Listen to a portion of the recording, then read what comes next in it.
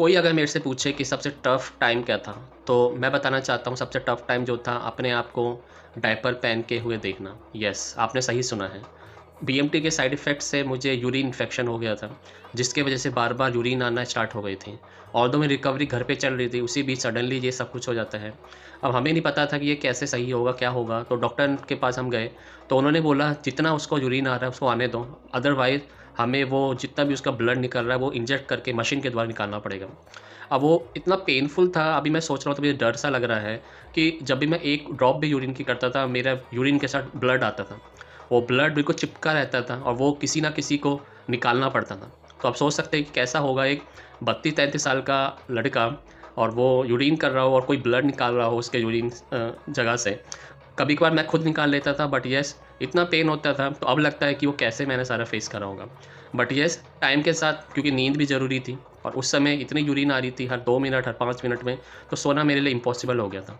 Ultimately फिर मुझे diaper लगाना पड़ा उस स्टेज में और बट टू बी ऑनेस्ट उस डायपर से भी नींद बिल्कुल आना बंद हो गई बिकॉज़ हमें आदत नहीं होती कि बचपन में कभी हमने नहीं पहना, हमें नहीं पता कैसा होता है। तो उससे इतनी प्रॉब्लम हुई फिर अनफॉर्च्यूनेटली मैंने सोना ही बंद कर दिया था फॉर 3 टू 4 डेज़। रात भर मैं बैठा रहता था कि कब सही होगा और कैसे सही होगा। डॉक्टर ने बोला जितना वॉक करोगे उतना प्रेशर बनेगा, उतना ये जल्दी निकलेगा और आपको अच्छा इसका फ़ायदा होगा। उन्होंने कुछ मेडिसिन्स भी दी ऑल्दो वो भी वेरी हेल्पफुल थी, जिससे कि मेरा यूरिन की जो क्वांटिटी थी वो धीरे-धीरे बढ़ रही थी।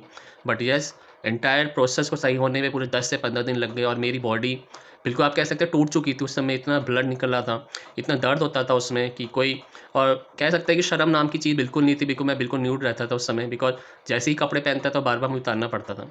तो सब कुछ सोच के लगता है कि उस समय वो टाइम जो था वो निकल गया है और अब सोचे तो लगता है कि वो कैसे निकला होगा। बट येस मुझे मैं जो कहता हूँ कि होप थी, पॉज़िटिव थी कि मैं सही होकर दिखाऊँगा और ये सारी चीज़ें जो होगी वो सही होगी बिकॉज़ अभी तक मुझे जब इतना सब कुछ दिया है, इतना सब कुछ मैंने झेल लिया है, तो ये सब कुछ मैं आराम से झेल लूँगा।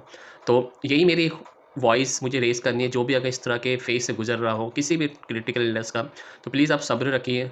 इम्प्रूवमेंट बहुत स्लो होती है इन तरह की इलनेस में बट येस किसी न किसी दिन आपकी वो इम्प्रूवमेंट होगी ज़रूर बट आपको अपने ऊपर विश्वास, अपने ऊपर कॉन्फिडेंस रखना है। तो मिलते हैं अगली वीडियो में जहाँ मैं शेयर करता हूँ अपना और इस तरह का अवेयरनेस और अपना साइड इफ़ेक्ट्स। जब तक के लिए शेयर करें, सब्सक्राइब करें।